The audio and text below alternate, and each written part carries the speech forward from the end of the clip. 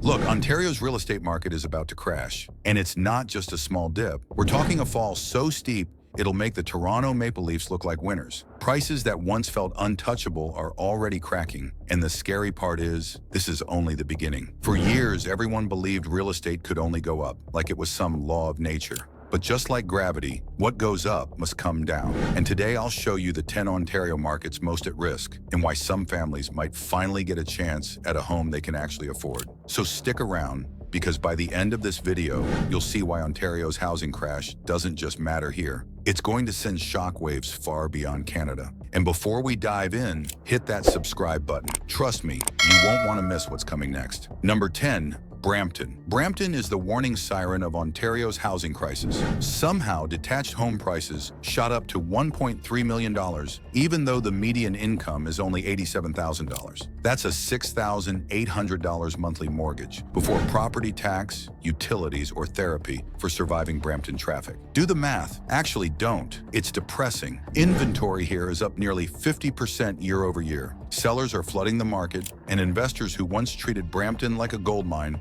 are bailing out. Rental yields don't come close to covering today's mortgage payments, and suddenly paying Vancouver prices without Vancouver's perks doesn't look so smart. But here's the irony. Beneath the chaos, Brampton is still vibrant. Cricket in the parks, shawarma and samosas on every corner, and backyards bigger than most Toronto condos.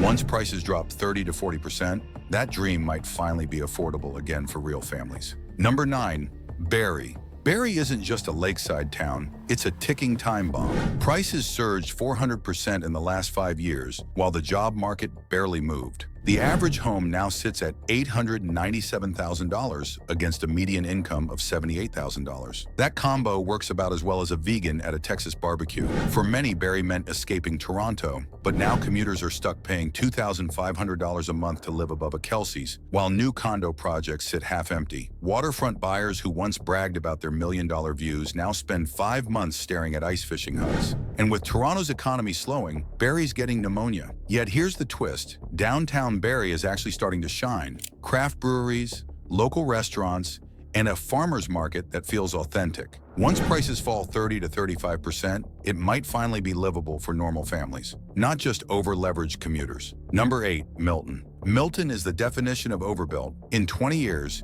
its population grew 300%, and almost all of it looks like copy-paste subdivisions. Homes here average $1.2 million, yet the town feels like one massive parking lot. Streets are so identical you might walk into your neighbor's house by mistake. And if they also drive a Ford F-150, you probably wouldn't notice. Families who stretched at rock-bottom rates are now renewing at 7%. That's an extra $2,400 a month on the average mortgage. Being close to Toronto doesn't help when you're spending 4 hours a day stuck in traffic. Developers keep building anyway, turning Milton into a very expensive storage locker for people. Discounts of $100,000 on new builds aren't bargains. They're panic buttons. But here's the silver lining. Strong communities are already here. Families, cricket games in the park, legendary potluck dinners. Once prices crash 40%, Milton might finally deliver on its promise of affordable family living. Number 7. Oshawa. Oshawa, or the Schwa, once thought it was the next big thing, but the city lost General Motors, added a university, and called it a rebrand. The average home hit $858,000 while the median income is $76,000. That math doesn't add up. Investors assumed students would pay Toronto rents. Reality check. Kids on craft dinner can't afford $3,000 mortgages. Now the rental market's oversaturated, and downtown Oshawa, despite its axe-throwing, escape rooms, and enough vape shops to block the sun, can't carry the load. Inventory is up 62%. Pre-construction buyers are realizing pre-construction sometimes means pre-disaster. And yet, Oshawa has good bones, real neighborhoods, Lake Ontario access, and blue-collar grit. Once prices fall 35 to 45%, normal families might actually afford the waterfront trail instead of just dreaming about it. Number 6. Hamilton. Hamilton, the Hammer. Once marketed as Brooklyn North, until people realized Brooklyn doesn't smell like steel and regret. Prices here hit $847,000 for homes that cost $200,000 less than a decade ago. That's not growth, it's financial absurdity. Toronto migrants once fueled the hype, but they're leaving just as fast. Character home often means the furnace is older than your parents, and up-and-coming neighborhood usually means you'll hear gunshots, but probably not aimed at you. Investors thought student rentals would be easy money. Instead, they signed up for part-time jobs in conflict resolution. And locals? They're fed up. Outsiders pushed families out, turned Lock Street into Toronto Light, and complained the whole time. The projected crash, 40 to 50%. And honestly, that's exactly what Hamilton needs to reset. So steelworkers, artists, and the families who built this city can afford it again. Number 5, Cambridge. Cambridge is unique. It has 3 downtown cores because 3 towns refused to merge properly. Prices hit $823,000, despite the fact that its job market rides the coattails of nearby Kitchener-Waterloo. When tech boomed, cash poured in. Google workers, startup founders, they wanted bigger yards and cheaper mortgages. But remote work ended, layoffs started, and suddenly stock options don't pay the bills. Prices are already down 12%, inventory up 71%, and the real pain hasn't even started. Wait until those variable mortgages reset. Still, Cambridge has soul. Portuguese bakeries, family businesses, and real neighborhoods that survived before the hype. But at $823,000, this market was pure delusion. At $500,000, maybe $550,000, it makes sense. Until then, it's headed for a rough correction. Number 4, Vaughan. Vaughan tried to be a city and forgot to add culture. For $1.6 million, you get endless subdivisions, Canada's Wonderland, and Vaughan Mills Mall. Congratulations, you live in highway purgatory. The Italian and Jewish families built something real here. Sunday dinners, bakeries where the owners know your kids. That Vaughan is genuine. But then came the investors, and now the houses are so identical that even Amazon drivers give up and dump packages at random doors. Debt-to-income ratios here are 385%. That's human Jenga waiting for collapse. Interest rates shook the tower, and it's wobbling badly. Highway 7 condos, half empty. Supposed luxury projects, ghost towns. But picture this. Sunday at a real bakery, espresso strong enough to wake the dead, kids playing soccer while nonas gossip on the benches. That Vaughan will survive, but only once prices drop 40 to 45%. Number 3, Oakville. Oakville, the land of Teslas and entitlement. Average home price, $1.8 million. That's not a house, that's a ransom note. Complaining about private school tuition is small talk here. And $3 million properties are just starter homes for boomers. But here's the irony. Equity rich doesn't mean cash rich. Kids can't afford to live in the same postal code, and listings are up 83% as boomers rush to cash out before values sink. The buyers? They aren't there. Hedge fund kids are laid off, foreign money's gone, and young families are too busy trying to afford groceries. Oakville's economy, built on boutiques that are basically hobbies for rich spouses, is shaky. When prices fall 40 to 50%, the Botox bubble will burst. And maybe then, Oakville's stunning heritage streets and lakefront will finally feel like a real community again. Number 2, Mississauga. Mississauga, the city Toronto pretends doesn't exist until it needs somewhere affordable. Except it's not affordable anymore. Average prices are $1.1 million, and condo inventory is up 94%.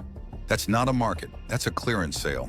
The so-called downtown is just Square One Mall, surrounded by glass towers with names like Building 1 and Building 2. Investors thought they'd struck gold, but now they're desperate to unload. The tragedy? Mississauga has incredible communities. South Asian and Middle Eastern families built real neighborhoods with food, culture, and businesses that actually matter. But investors turned it into spreadsheets, pushing out the very people who made it livable. The correction here will be brutal. Condos down 45 to 55%, houses 35 to 40%. Maybe then Mississauga can stop being Toronto's overflow parking and figure out who it really is. Number 1, Toronto.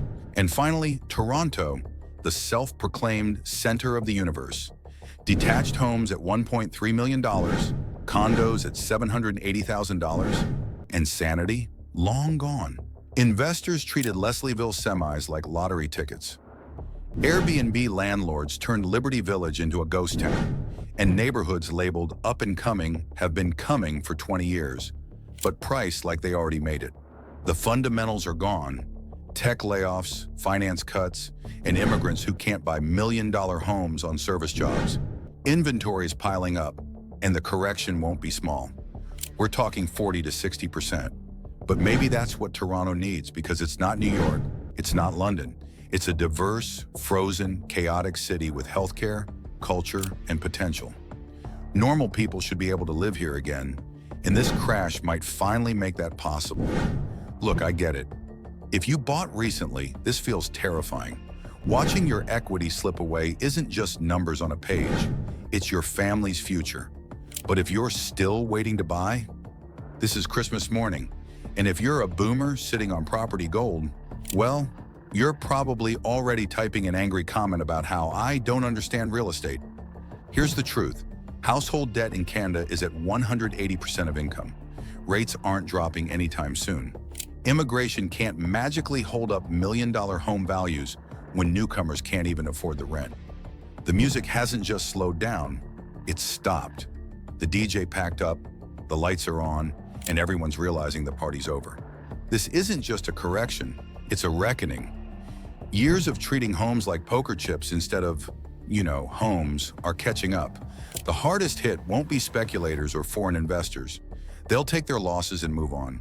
It'll be the young families who stretched every dollar, the newcomers who worked 3 jobs for a down payment, and the couples who believed the lie that prices only ever go up. But maybe, just maybe, that's what Ontario needs.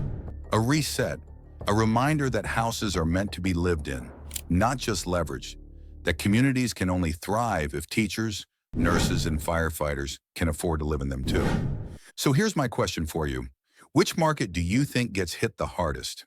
Are you waiting on the sidelines ready to buy? Or are you already watching your equity vanish? Drop a comment below, and let's see if anyone really thought Toronto prices made sense, or if we were all just pretending. And one last thing, don't just click off. Hit that subscribe button right now. Because this crash, it's only the beginning, and I'll be here documenting every twist and turn. Trust me, you don't want to miss what happens next.